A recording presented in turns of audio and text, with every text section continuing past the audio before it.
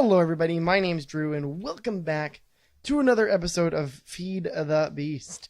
Heading back to base. I was just kind of doing a scout out for some pesky flowers that thought we may be missing, but couldn't find them. But I think we'll be okay for today's episode. Just a quick recap of what we did.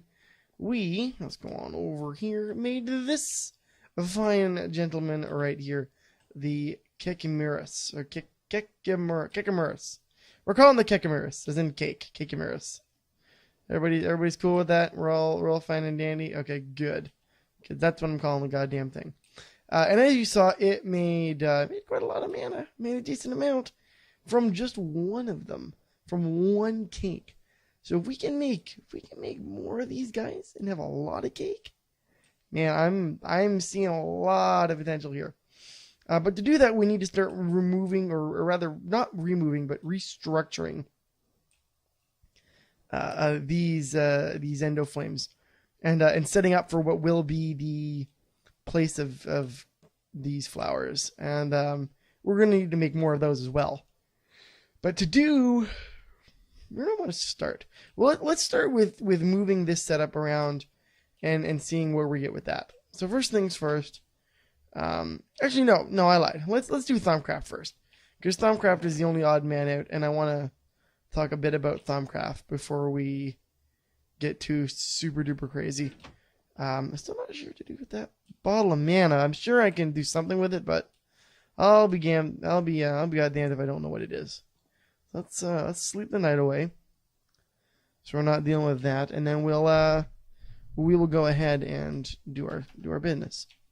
So let's go over this way, and we'll swap out these for this, and take a look at the Thaumonomicon. So if you remember back to last episode,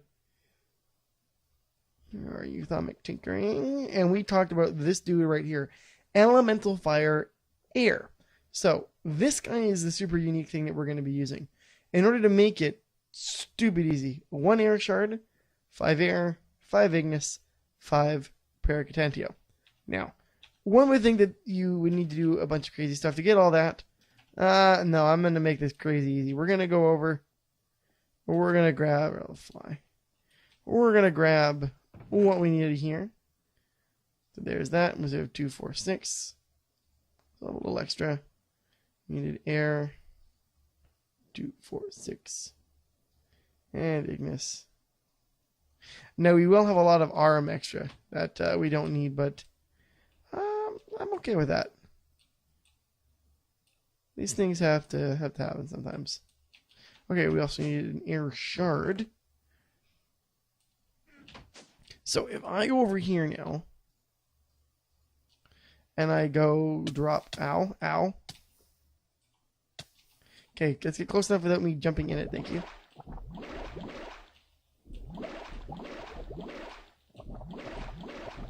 It didn't overflow, so that's a good sign. And Elemental Fire Imbued.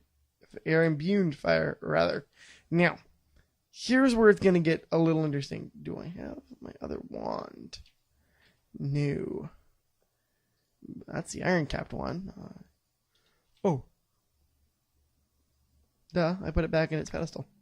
Oh, like a smart man. I can banish those contents. Screw you. And it automatically fills. I don't care about that. I can get rid of that easily.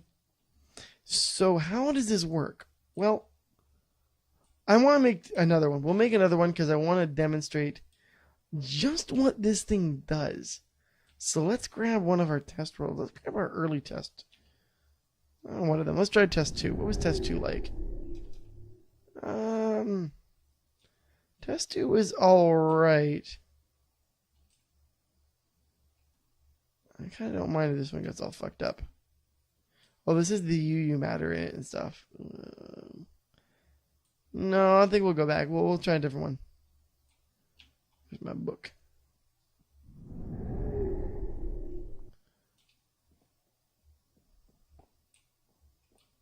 What is that? That's the nether. Let's try Tester 1. Tester 1 was kind of shitty. Right? Oh no, this one was okay, wasn't it? This one had like nether brick in it. I had one that was... No, that's not it. Didn't I have one that was relatively like... Okay, that's fine. I did not expect... Did I click that? Pretty sure I clicked that. Oh, that was weird. I mean, I saw that my tester world belongs to Direwolf 20's map when he played this. Where the hell is my exit? There it is. Okay, where is it that I want to go?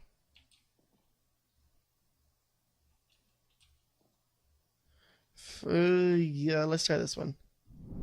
This may be a mistake. Oh no, this is the one I don't care about. So let's grab the elemental air here. And what you're going to notice, let's find something that isn't... Okay, we'll go over here. This is perfect. Because these are not... it won't affect sandstone and water...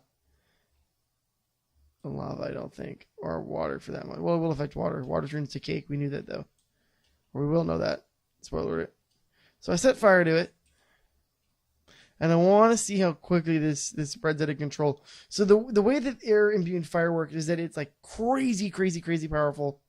Oh, it does nothing on netherrack. That is interesting. Well, that was a waste. But if you spill it in your overworld, so if you misclick, if you have any flammable blocks, so literally anything in Minecraft, yeah, your day's ruined. It's going to destroy everything. Literally everything. If it can touch it, it's destroyed. It's like fiend fire from Harry Potter. This stuff is intense. And what it used to do was flat out destroy stuff. Now I believe it converts to sandstone, which is why we're going to build our actual frame out of sandstone, and we're going to use glass as well. I can actually, if I really wanted to, I could just mine all this out. But I also don't care. Let's go back to the overworld. And I will, I'm actually going to make a quick cut in the video. I'll make another air-infused fire, and then we can get to work on actually moving our mana supply around. So, yeah, guys, I will, I'm going to transfer over here. Oh, that's not the exit. Where is my exit? That's not good. Huh.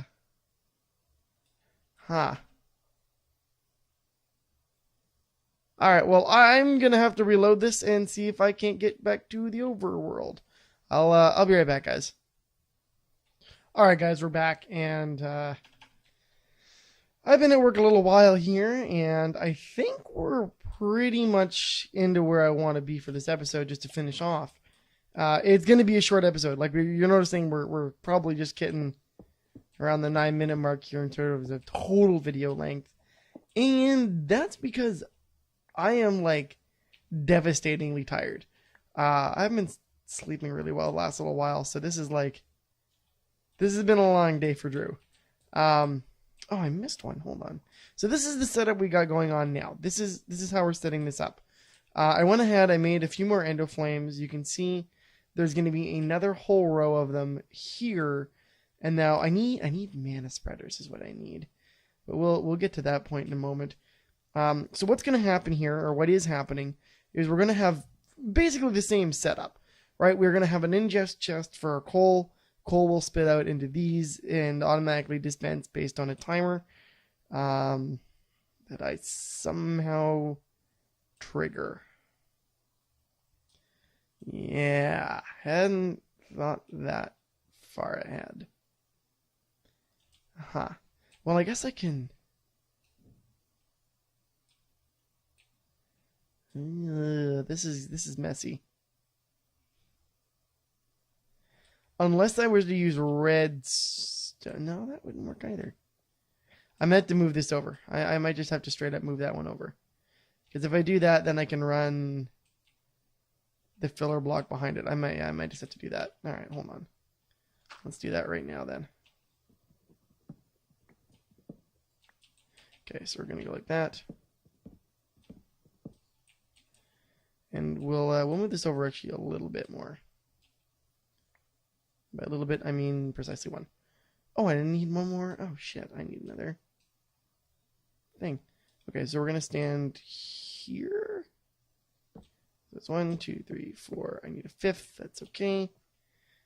And then we'll have. This will work. This will work just fine for us. So I have those there. Let's make another open crate really quickly. How do I make that again? Open crate. I think it's just living wood, isn't it? Living wood planks. So pine wood can go in there for half a second. I don't think I need 8. I think I only need the 7. Because that, yeah, that's what I want. I want the open crate. Got that open crate. We can put that away.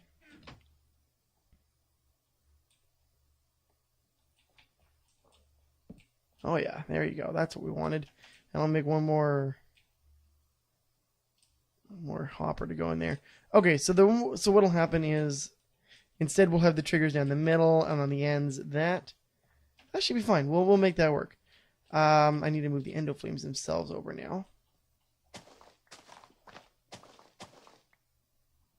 So they're gonna go here.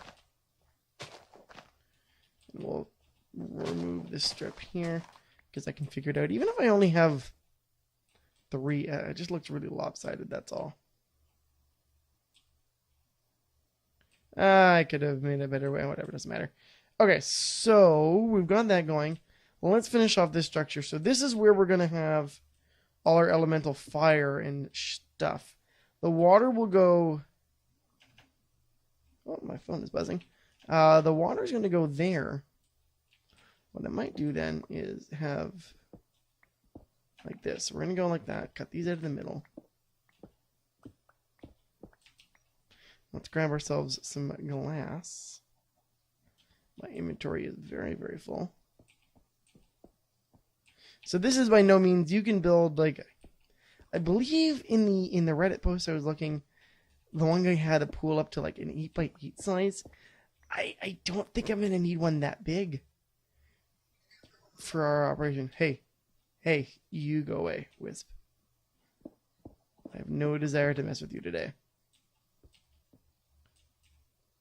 Right, so if I go like that and I grab our handy dandy wand. No, not that many, just 1.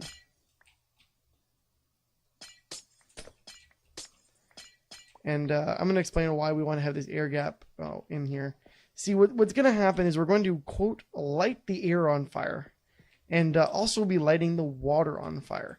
Right, like that's kind of what this thing does. Although I didn't very nicely orchestrate that in the test world, so you'll have to forgive me. But believe me when I say that's what it does. And like I was saying before, when it encounters water, it gets a little funky and doesn't know what to do, so it makes cake. Which I think was always the plan? I'm assuming that was the plan. It'd be really weird if it wasn't. That's all I'm going to say. And it's, as one of the users submitted, it's a hell of an exploit. But unlike things that are game-breaking, quote-unquote, like, if everybody remembers first season of Feed the Beast, I made a very much ridiculous farm for making glowstone. And I do mean, like, utterly and completely ridiculous. This thing had no business being in the world due to a glitch in the way that the jellied cryothium freezes the flowing glowstone, right? No, that didn't work. Why didn't you work? I hate when that happens. Perfect. Alright, so that pine wood can go away. You need to keep. I can get rid of that. For sure. We'll go over here. This may be quite a short episode, guys. Just going to let you know that now. So nobody feels cheated when I'm passing out. Okay, so there's our lights. Or not our lights. This will be where our lights goes. There. Lots of wisps. Or I guess that's the same wisp. Because like, there's lots of wisps now. Where were you guys when I needed you? Wait, oh no, I guess I don't want to do that, do I? We'll want to go like that. So at the very least what we'll do is we'll get the hopper system reset. And I'm pretty sure I got enough conduits.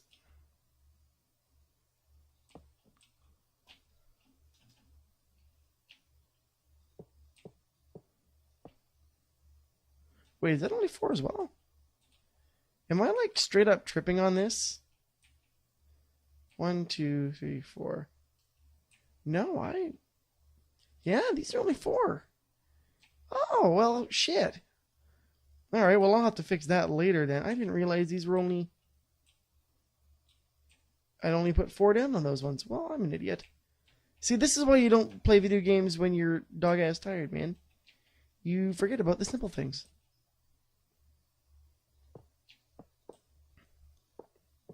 Okay, these are all set to out, so I do need to modify those. Going in.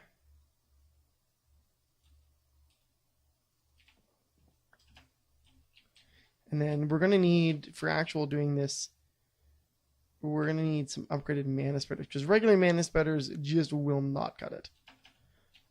During testing phase, it was very evident that they needed a very robust upgrade. And that's fine, because we have access to those now. Okay, we have access to some things. Should preface that.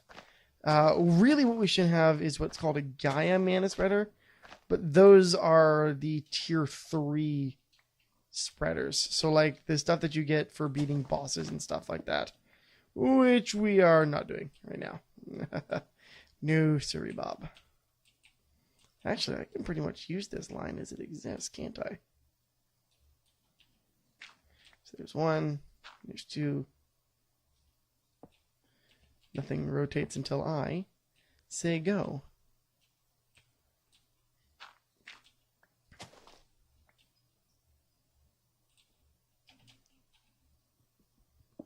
Okay, so that goes like that. And then we do this. Yeah, oh, I need more hoppers. Oh, I'm woefully unprepared. But that's fine, because I'm like half asleep doing this, guys. Okay, so we're gonna go like that. That's cool. We all understand that. We'll put that pipe there.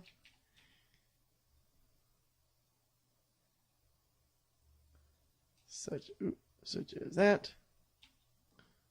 Everything is mere compliant. We can seal this all in there. What did I say? That's everything's American compliant. That doesn't even make sense. How does that even make sense, man? I'm just saying random shit now. Okay, so this is what we've got. This is literally the same setup we had before. Like 100% same thing. I've got zombies coming out the yin yang here, and that's okay. I'll box all this in.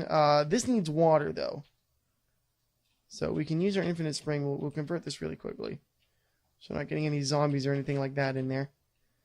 And it's not to say that like we don't generate enough mana, but it's speed. I want a lot of mana very quickly, and I have my reservations that this will actually work the way it says on the tin when we go to do it. Oh, come on.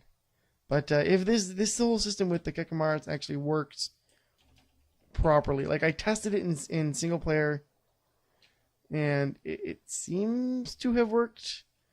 I'm not sure. Oh, and for the record, if you're wondering how I got back into the overworld, I was able. It was just a locking area. I just don't think I addressed that in the beginning of this clip. I love the ever-flowing urn. It's so cool. Okay, hold on. I'm going to actually break multiple here so I can easily move about.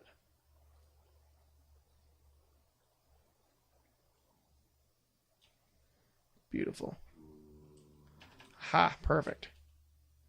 We now have infinite source blocks. Sweet deal. So we don't actually need to be inside the box in order to make this work. I'm going to leave this open for now, but we'll close that off when we actually go to light it. And it won't be lighting now because A, we need more Kikamaras. Always need more. And B, I need someone to play some stuff on here. So I go there. So these guys will go there. I'm liking that. And then, so what'll happen is we'll put the air in when it's time. And so the air will set the water on fire, turn it into cake.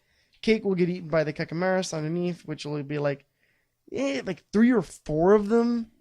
I'm thinking we'll do as max. Like, I've seen 8, but that was a much bigger pool than this, and I'm just worried about the transfer rate of mana going into it at that point. Let's quickly lay out. Oh, I'm going to need more red alloy wire too, aren't I? Damn.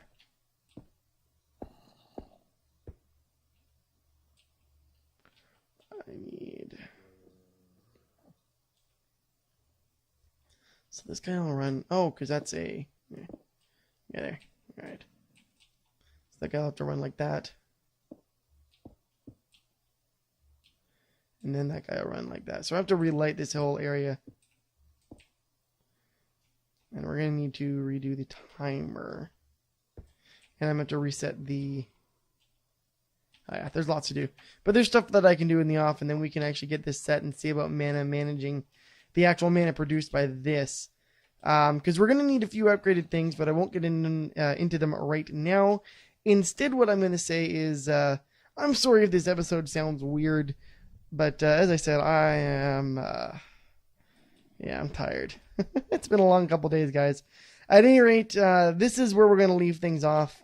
This is starting to look like a good, very good mana setup. I'm really liking where this is headed. I may, screw this a little more off camera, and I'll actually get it working again and have all our mana generating. But I feel like if we have these 2 lines of the Endoflames, they can generate the mana for here for now. These 2 lines will get put to another mana diffuser and feed these lines here. Is sort of the plan that I've got. At any rate, guys, if you liked the episode, go ahead, leave a like. You can always find other work I've done in the description box below. And of course, thanks for watching, and I will see you next time. Have a great day, guys. Bye-bye.